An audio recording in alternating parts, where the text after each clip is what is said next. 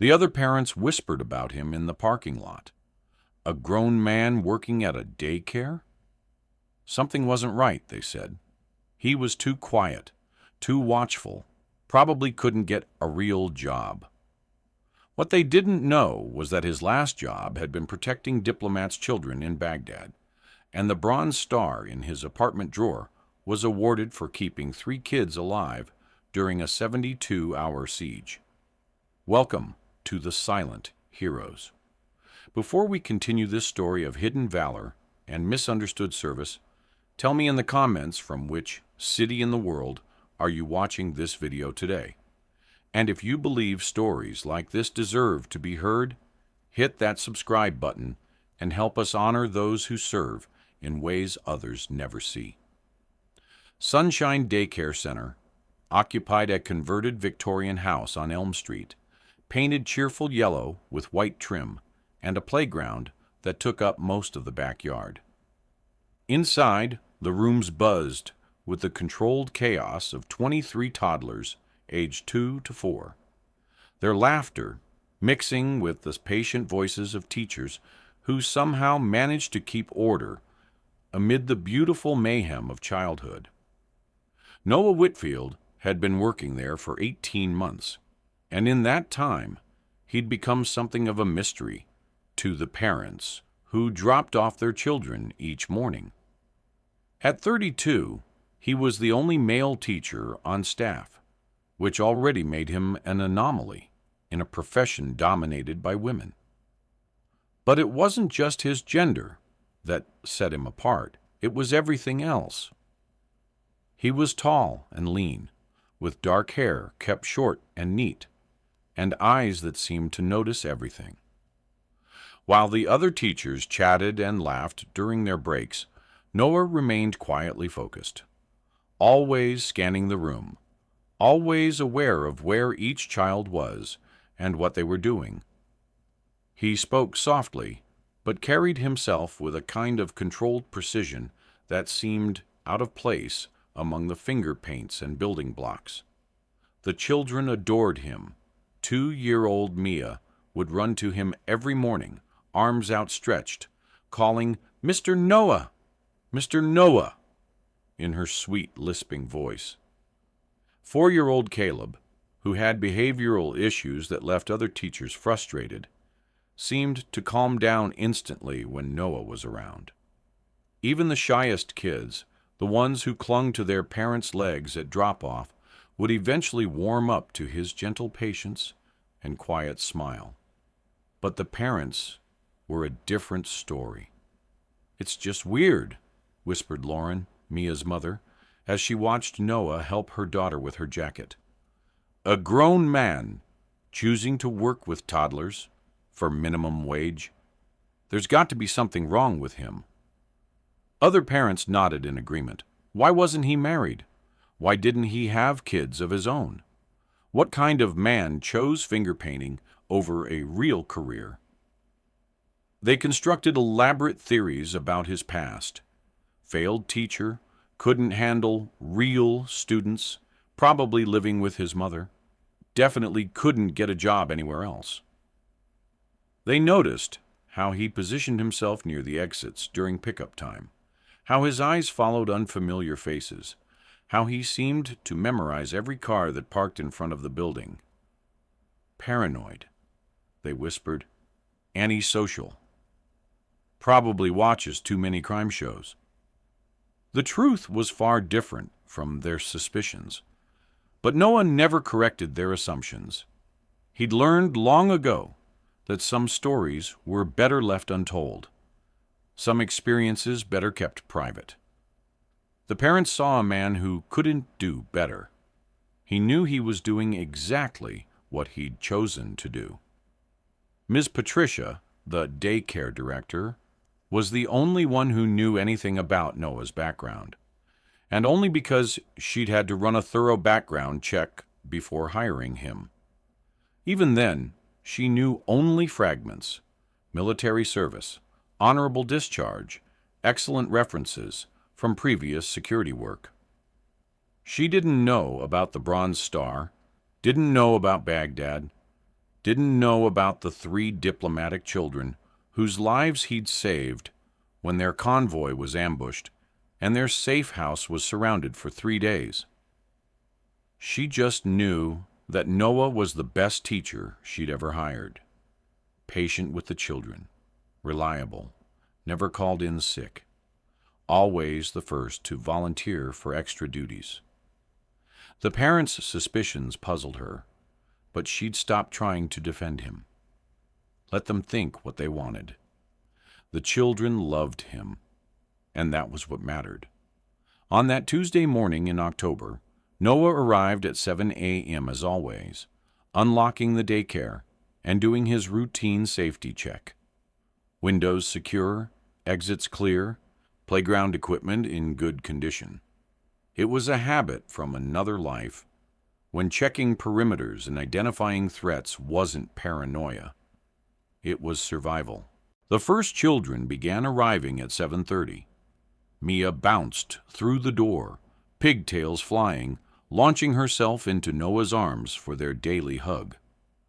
Caleb shuffled in behind his harried mother, still rubbing sleep from his eyes. One by one, the others arrived.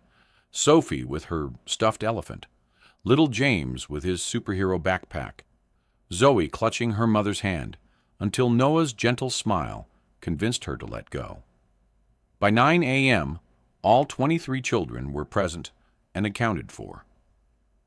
Noah had unconsciously done a head count, the same way he'd once counted the diplomats' children during their morning security briefing.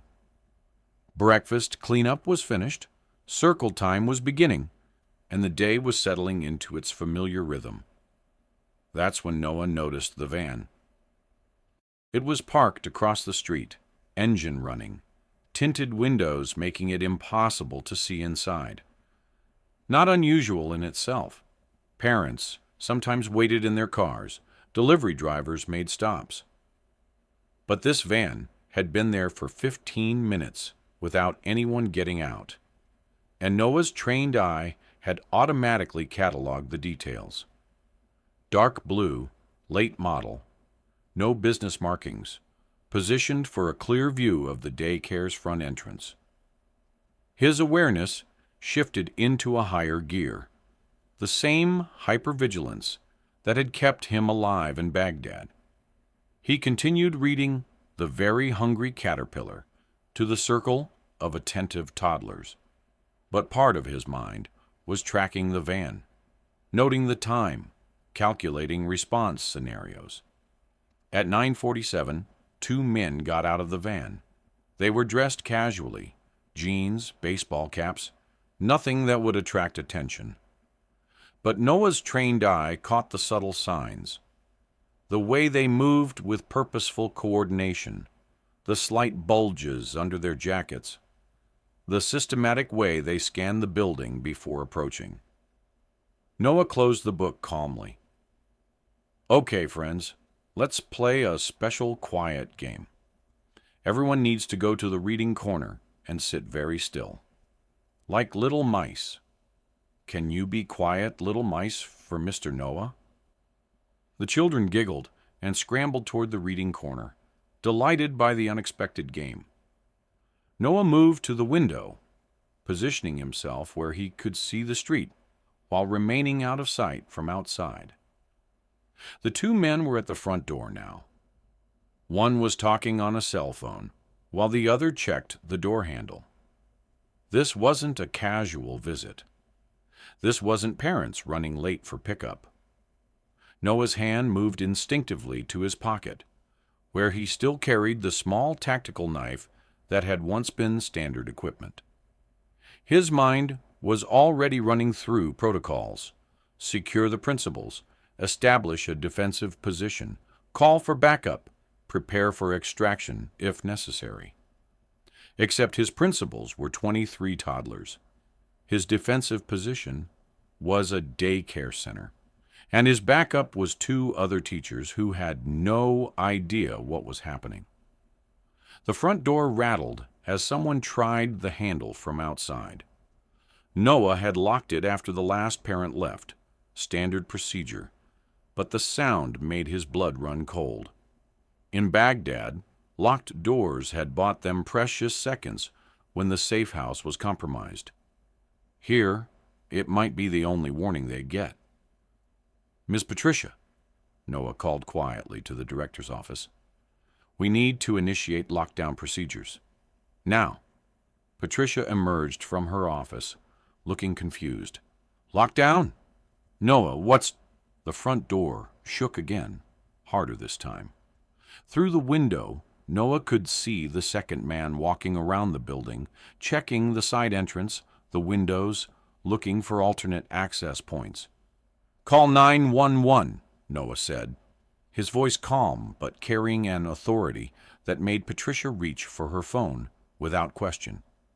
"Tell them possible child abduction in progress. Request immediate response." The words hit Patricia like ice water.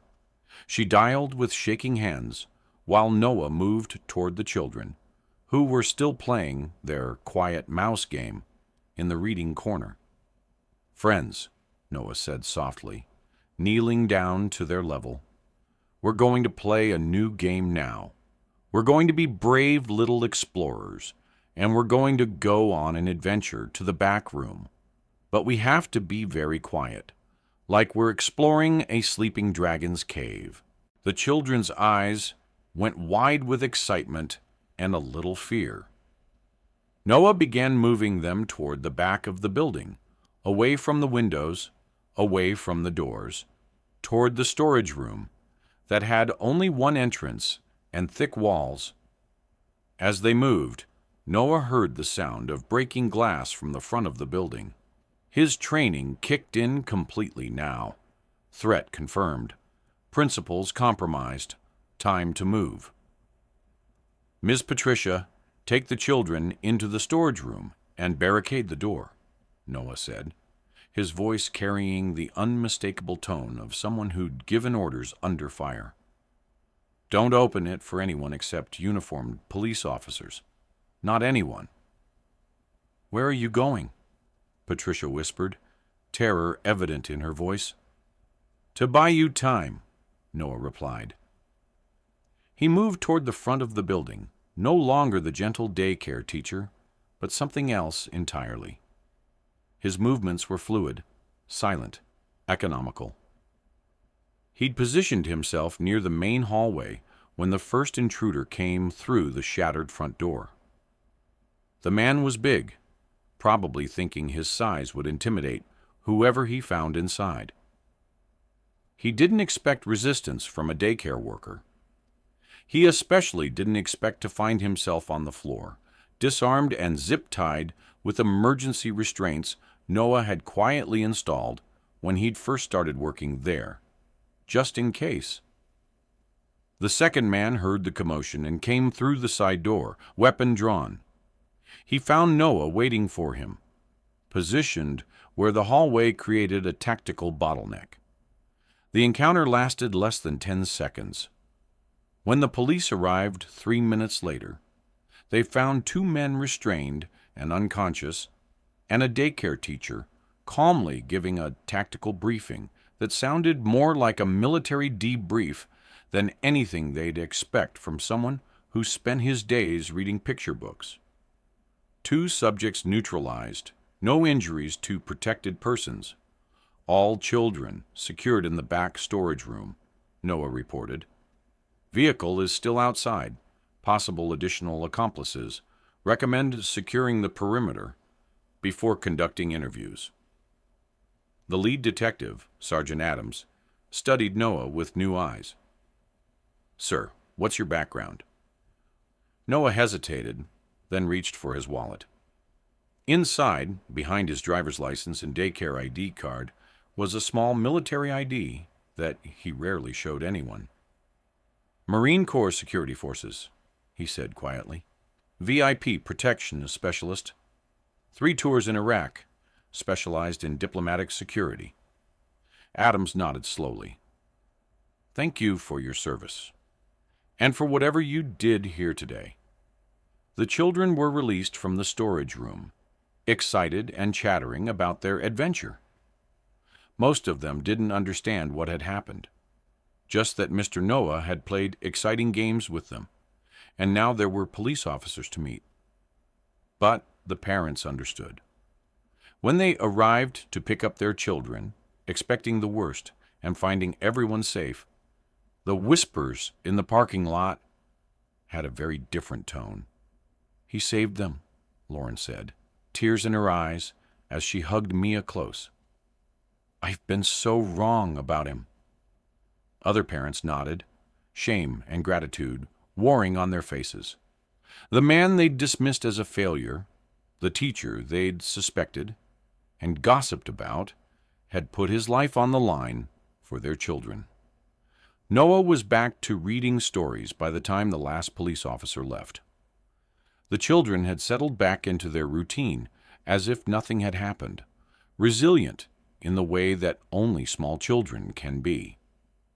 But something had changed in the atmosphere of the daycare, something that would never change back. A week later, a small ceremony was held in the daycare's main room. The mayor was there, along with the police chief and several parents. They presented Noah with a civilian commendation for his actions, and someone had researched his military record enough to mention his Bronze Star. Noah accepted the recognition graciously, but asked that they not make too much of it. He was just doing his job, he said. Taking care of children was what he did. What he didn't say was that protecting those 3 diplomatic children in Baghdad, keeping them calm during the siege, creating games to distract them from the sound of gunfire, making sure they felt safe even when their world was falling apart, had taught him something valuable. Children needed protection, but they also needed to feel secure and loved while being protected. They needed someone who could be both guardian and teacher, protector and friend.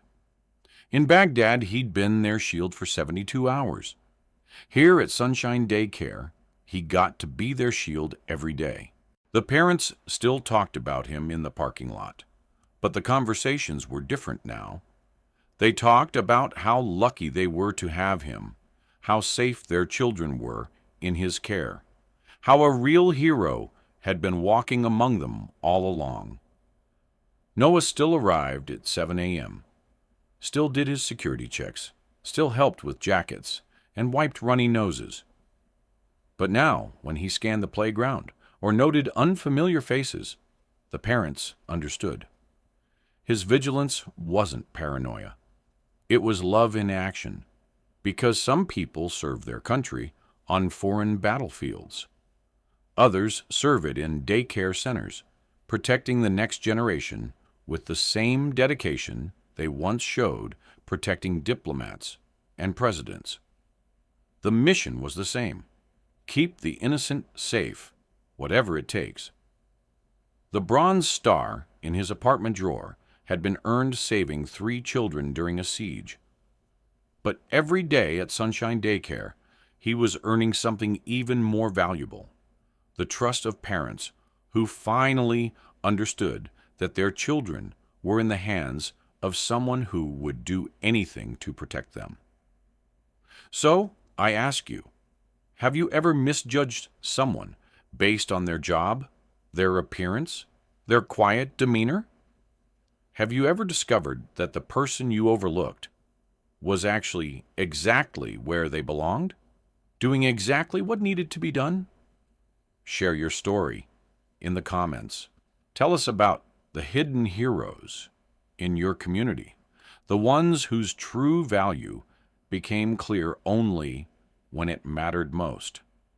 Because here at the Silent Heroes, we believe that sometimes the most important battles are fought not on distant battlefields, but in the places where children learn to trust, to grow, and to feel safe in a world that isn't always safe. Thank you for watching.